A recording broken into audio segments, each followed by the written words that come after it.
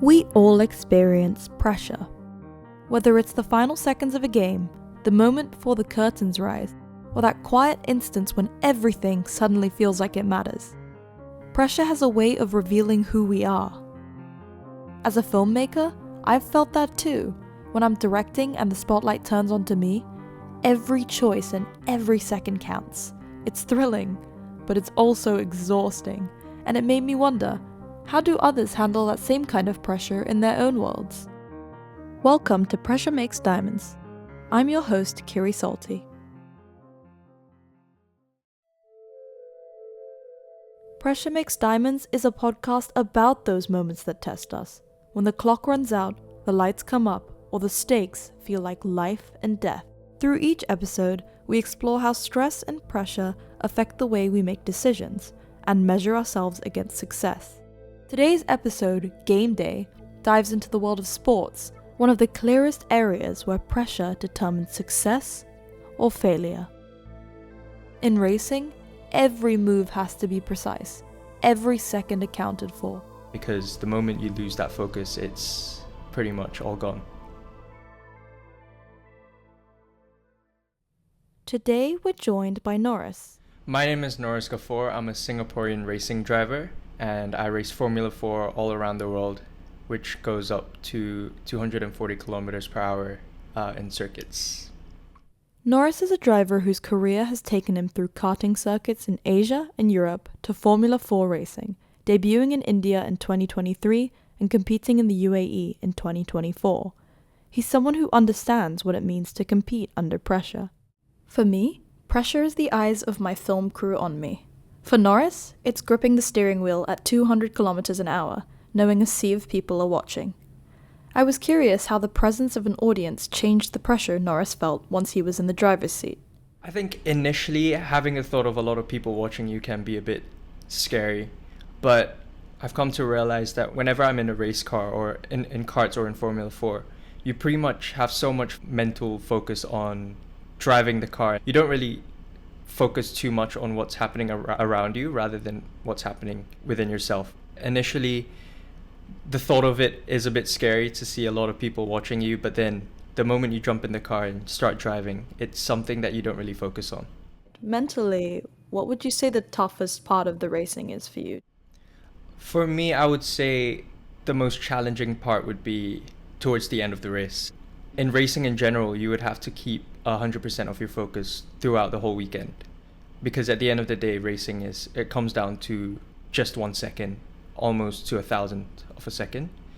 So trying to keep that momentum and just that focus within the whole race and qualifying and practice, it can be very stressful and it can be something that kind of knocks down your confidence, but it's something that you kind of have to train for. It's just a lot of cardio, a lot of fitness, and also mental strength.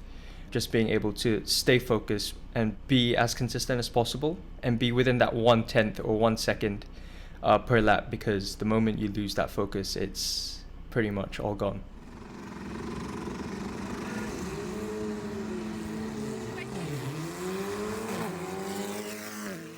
To understand how Nooris got here, before the pressure and the noise, I wanted to know where his journey began. So my dad started doing corporate racing in karts back in Singapore. Pretty much he would invite me to the track whenever he had a race, and I think me witnessing him doing some racing really sparked me to want to do racing, because it was something that he was really passionate about, and I saw that it was an opportunity for me to at least try it out together with him. Since then, that was when I got my first kart and fell in love with the sport. And also the fastest time goes to Nooris Gafoor. When I first started karting, it started as a hobby, especially when I was doing it with my dad, just going on weekends to the local track in Singapore. Didn't really think I would take it seriously until my family decided that we wanted to move to the UK to continue our studies. I realized that karting in the UK is a lot bigger than I expected, especially coming from Singapore where there was only one track, and then going to the UK where there was at least 5 to 10 tracks. At the start of this journey in racing in the UK, it was daunting. There was a lot of really good drivers that are currently on the top step of motorsport. So I think when I first moved to the UK, I was racing against drivers that you would know, for example, Ollie Berman, Oliver Gray, Chan Shields, which is currently in Formula 2. So a lot of big names. I think it's very valuable to me, considering that racing against them taught me a lot of things in karting or in motorsports in general. So I think it helped me a lot. I would say this is very ironic, but I support Lando Norris. I think him being such a young driver and going straight into Formula One at such a young age inspired me to really push myself to want to be in that level. And I think I followed his journey since he was in karting, because he also raced in the UK when it came to go-karts. You moved from karting to Formula 4, and your first time in a single-seater was in India in 2023. What was the pressure like then, stepping into a completely new layout and branch of motorsports for the first time? I was doing karting for about 10 years prior to actually doing single-seaters or Formula 4. Formula 4 never really crossed my mind. I mean, initially I was meant to do Formula 4 in 2021, but unfortunately COVID hit, and that meant I couldn't really do much racing, especially karting. At the end of 2023 was pretty much my last year in karting before I had to do national service, which is compulsory in Singapore. And 2 months prior to the India Championship, that was when I decided I wanted to do something out of karting for once at least before I had to serve my national service. The stressful part was pretty much just organizing everything in such a short span of time. I had 2 months to prepare myself and do as much testing as possible prior to the season opener in India. I would say, unfortunately, there was not much testing opportunities in Asia especially. I only had about a day and a half in a Formula 4 car right before the first race in India. But we took everything one step at a time, and we were still able to focus on the things that we had to improve in. In my opinion, I think the most stressful point was pretty much trying to get up to speed compared to the other competitors within that 1.5 days of just testing. Even within the same motorsports, you still have to vary across tracks. How does the change in tracks affect how you prepare and perform on the days that you have competitions? We pretty much just have to get used to the track layout in general. Usually on a Formula 4 race weekend, we would only have a Friday practice right before qualifying on Saturday. So we only have about 2 hours of track time right before qualifying, where you would have to do your fastest lap to qualify for the races. I think prior to all of this practice, the option that a lot of racing drivers do, especially me, is to do a simulator run. So we would go either back home or to a simulator place to pretty much just nail down the racing lines as much as possible, so that we do not have to experience that within the 2 hours of practice, and try to minimize any waste in time on track itself. I was wondering how the balance between fighting for your own race but also fighting for the team comes into your head, and how that dynamic between sort of team sport and individual racing in the same scenario affects your process. It can be challenging, especially if, as a racing driver, you always want to do the best you can. At the end of the day, you are racing with other drivers as well, so trying to stay safe, and especially with your teammates, you want to make sure that you get maximum points for the team. I think it always comes back to having expectations of what result you're going to get. So always trying to push yourself to do better than your teammates. I would say when it comes to racing with your teammates, it can be very exciting but also scary at the same time, because one, you want to impress other people watching by showing that you are the quickest in the team, but at the same time you also want to show that you're able to work well with them. For example, let's just say if they are a faster driver, you would want to learn from them, or if they're a faster driver right behind you on track, you would want to give them way and try to follow them as much as possible. Has there ever been a specific time where you've let pressure get to you, or you didn't handle it the way you wanted? I would say there's a few times in karting especially. I think I went into the senior category at the age of 14, where I was competing against drivers up to the age of 35, and I think I was one of the youngest drivers on the grid. It was scary. I was putting a lot of pressure on myself to try to do better than a lot of the more experienced drivers, which is something I shouldn't have done, and I wish I could have changed. I think there was a few races where I think I pushed myself a bit too much physically, so I think having exhaustion towards the end of the race as well. And there was other few races where I thought I could really push myself, and unfortunately got into a few accidents on track. But once you grow older and once you become more mature in racing, you learn from your mistakes. When I had my first few crashes, it was just a learning point for me. So I tell myself that whenever I get a result that I'm not happy with, it's not about losing, it's about learning. So I think a statement that a lot of people say in motorsports is it's either you win or you learn, not if you win or lose. So I think at the age of 14, I kind of just have to tell myself that even if my results are not as expected or as good as I want it to be, it's not the end of the world. That mindset would become core to how Nooris approaches racing, and later how he mentors others. We will be right back with Nooris after this short break.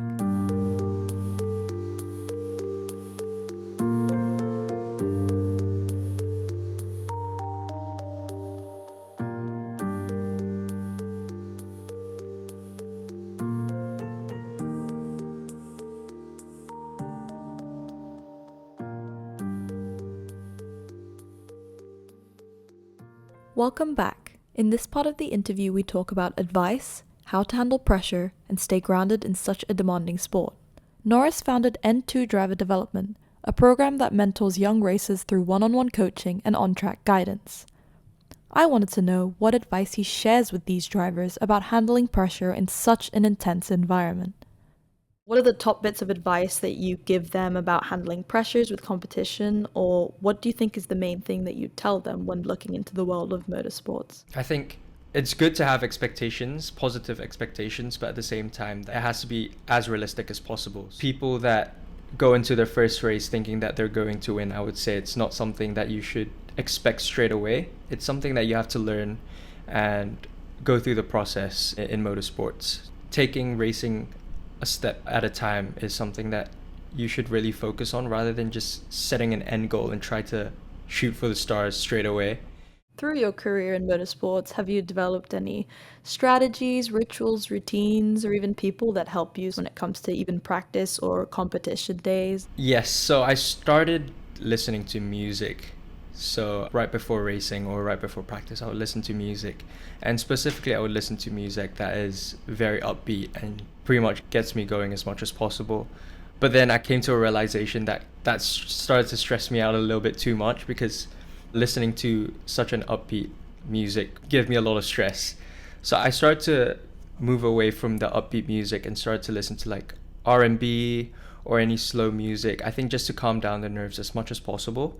I try to visualize the race before it even starts, just trying to think of every situation that might happen. Maybe an hour, 30 minutes before a race, you can just start thinking about the options of what might happen in the race. But I think towards the last 10 minutes before a race is pretty much just trying to block out any noise around you and try to stay focused and stay grounded.